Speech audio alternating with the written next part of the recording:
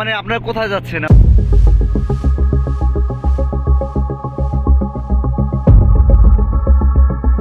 প্রবাসী অধ্যুষিত সিলেট অঞ্চলে ভয়ঙ্করভাবে বেড়ে উঠেছে মানব পাচার। ইউরোপে যাওয়ার স্বপ্নে বিভোর বহু যুবক লিবিয়ার মরুভূমি পেরিয়ে শেষ পর্যন্ত বন্দী হচ্ছেন মাফিয়া চক্রের হাতে। বছরের পর বছর ধরে তাদের উপর চলছে অমানবিক নির্যাতন। লাখ লাখ টাকা মুক্তিপণ দিয়ে নিঃস্ব হয়ে যাচ্ছে পরিবার। শুধু গত 6 মাসেই সিলেটে মানব পাচার আইনি হয়েছে 19টি মামলা। সিলেটের লন্ডনী রোডের জাহাঙ্গীর আলম জীবনের 4টি বছর ভয়ঙ্কর বন্দিত্বের মধ্যে কাটান লিবিয়ায়। জানান, এক ক্যাম্প থেকে আরেক ক্যাম্পে বিক্রি করে দেওয়া হতো তাদের। টাকার চাপে প্রতিদিন সহ্য করতে হয়েছে পৈশাচিক নির্যাতন। উল্টো করে ঝুলিয়ে পেটানো, ক্ষুধার্ত রাখা সবই ছিল নিত্যদিনের অভিজ্ঞতা।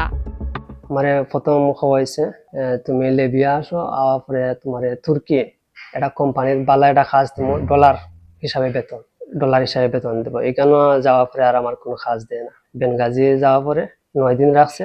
এরপরে আমার নিচে মিশ্রতা 1 দিন রাখার পরে নিচে ত্রিফুলি। এমন পর্যায়ে মারপিট করে ফ্যামিলির 7-10 দিন পর 2 মিনিট 1 মিনিট কথা হওয়ার সুযোগ দেয়। তো টেকা দাবি করে তো মারে। এরকম করে আর 10টা ক্যাম্প পাল্টাইছে। জাহাঙ্গীর জানান, তাকে বাঁচাতে পরিবারের দিতে হয়েছে প্রায় 40 লাখ টাকা। নির্যাতনের একটি ভিডিও দেখে স্ট্রোক করেন তার মা। শেষমেশ বাঁচানো যায়নি। তাকে ফেরত আনতে বড় ভাই সহায় সম্পত্তি, স্বর্ণ সব বিক্রি করে এখন নিঃস্ব। 2021 থেকে দাফে দাফে ফোন দেওয়ার পর বিভিন্ন সময় বিকাশ, বিভিন্ন সময় ব্যাংকে, বিভিন্ন সময় আতে এইরকম টাকা না প্রায় আমার 40 লাখ টাকা নেওয়া হয়েছে। একটা পর্যায়ে যখন ব্যর্থ হয়ে গেছে আর আমি টাকা দিতে পারবো না, আমার ফ্যামিলি অসহায়তা প্রকাশ হচ্ছে, তখন আবার শরীফ নামে একটা মাফিয়া আছে, তাকে জাউইয়া, ত্রিপুলি জাউইয়া শহর এটা হয়, ওখানেও বেঁচেছে। এখানেও বেচা পরে আমি 11 মাস বন্দি, একইভাবে নির্যাতন। তখন জুলাইয়া এই জায়গাত মারা হইতো। এরপরে বিভিন্ন জায়গাত ইনফেকশন করেছে, পচে গেছে। আরেক ভুক্তভোগী এম.এ. মান্নান জানান, বন্দুক ঠেকিয়ে পরিবারের কাছে মিথ্যা বলিয়ে টাকা আদায় করানো হতো। টাকা না দিলে বেধড়ক মারধর করে অজ্ঞান করে ফেলে রাখা হতো মরুভূমির ক্যাম্পে। মনে হওয়ার পরে মানে আমরা ইটা মারি ফেলাইছি আর কি নিচে। পালানোর পরে আমরা প্রায় আধা ঘন্টা মারতে এমন মারি বেশ করে দিচ্ছে আর কি। আমরা কিছু কইতাম পারি না। তখন তারা মারিয়া তারা গেছে যাওয়ার আরবার 1 ঘন্টা পরে আবার আইছে। আবার পরে আমরা মোবাইল সবটা নিছিল গিয়া। তখন ও মোবাইল আনিয়ে আমরা মোবাইলের লক খুলিয়া দিতাম। আমি আর হাফিজে আমরা দুজনের মোবাইলের লক খুলিয়া দিছি। আর রনিয়া দেন না তার মোবাইলের লক মানে খুলেন না। হের তো লাইভ লোকেশনও ফালাইয়া রাখছে, এর লাগে হের লক খুলেন না। তখন হে লক খুলেন না দেখে তারে খুব মারে। আমরা জেলা পোশাক ফিন দিয়া বাড়াইছিলাম হোটেল থেকে, ওলা পোশাক ফিন দিয়া আমরা বার করছে করিয়া আমরা আবার উবা করাইয়া ছবি তুলছে ভিডিও করছে করিয়া ওগুলা এডিট করছে করিয়া তারা মানে মিজানোর মোবাইলও ছাড়ছে যে আমরা হংকং পৌঁছে গেছি, হংকং থেকে আমরা কানাডার উদ্দেশ্যে রওনা দেবো। মানবাধিকার সংগঠনগুলো বলছে, সিলেটের কিছু অসাধু ট্রাভেল ব্যবসায়ী নেপাল, কেনিয়া বা লিবিয়ার পথ দেখিয়ে যুবকদের বিক্রি করে দিচ্ছে মাফিয়াদের কাছে। এই কারণে বহু দেশ বাংলাদেশিদের পর্যটন ভিসা কঠোর করেছে। মানবাধিকার কর্মীদের দাবি, মানব পাচারকারীদের কঠোর শাস্তি নিশ্চিত করতে হবে।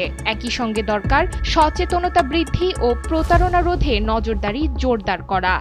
সিলেটে ট্রাভেলস ব্যবসার আড়ালে কিছু অসাধু ব্যবসায়ী এরকম মানব পাচার এর সাথে জড়িত।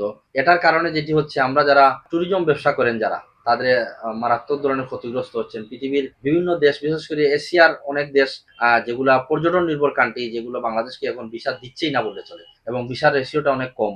সিলেটের এই সিন্ডিকেটটা বিশাল আকারের এবং দীর্ঘদিন ধরে এভাবেই তারা সিলেট থেকে মানব পাচার করে যাচ্ছে। সিলেট আপনি জানেন প্রবাসী অধ্যুষিত এলাকা। এইখানে যারা কৈশোর থেকে যারা যৌবনে পাড়ি দেয়, সেই যুবকরা তাদের সবার স্বপ্ন থাকে ইউরোপ আমেরিকায় যাবে। এই স্বপ্নকে পুঁজি করে এবং যারা চরম বেকারত্ব থাকার কারণে এই যুবকরা এই সকল ফাঁদে পা দিচ্ছে। বিশেষ করে তারা অফারটি এইভাবে দিয়ে থাকে যে পৌঁছার পরে টাকা, এবং কোনো একটি টাকা অগ্রিম দিতে হবে না।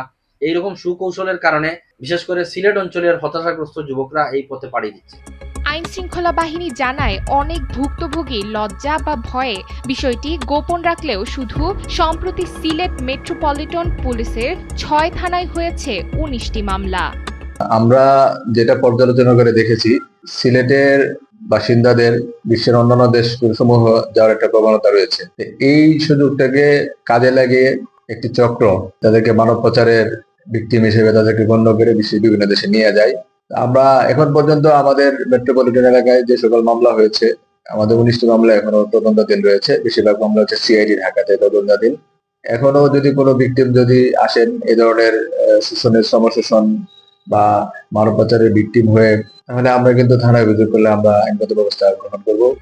লিবিয়া, নেপাল কিংবা আফ্রিকার বিভিন্ন দেশের লোভনীয় অফারে প্রতারিত হয়ে স্বপ্নভঙ্গ হচ্ছে শত শত পরিবারের। মানব পাচার রোধে প্রয়োজন কঠোর অভিযান এবং সবচেয়ে বেশি প্রয়োজন প্রবাসে যাওয়ার আগ্রহী যুবকদের সচেতন হওয়া। সিলেট থেকে দীপু সিদ্দিকের পাঠানো তথ্যচিত্রে ডেস্ক রিপোর্ট, নুসরাত তালবিয়া।